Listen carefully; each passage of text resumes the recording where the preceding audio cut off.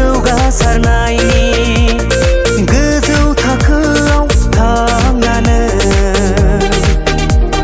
जों साफा साफा बिमुं सेंग्रा सिख्ला बयबो आवगायलांनि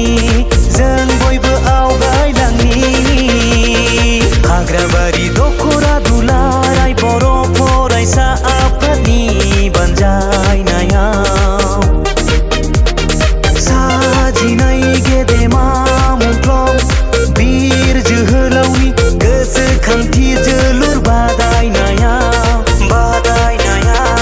फैगौ हनै फैसिगौ जोलुर बादायनाया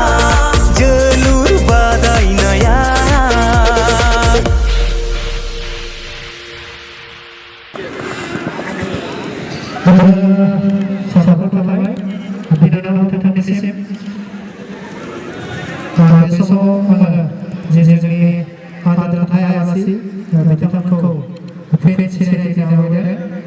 जोंनि गेजेराव दाय सोरजिनानै मुंखौ आनन्द कसारिनि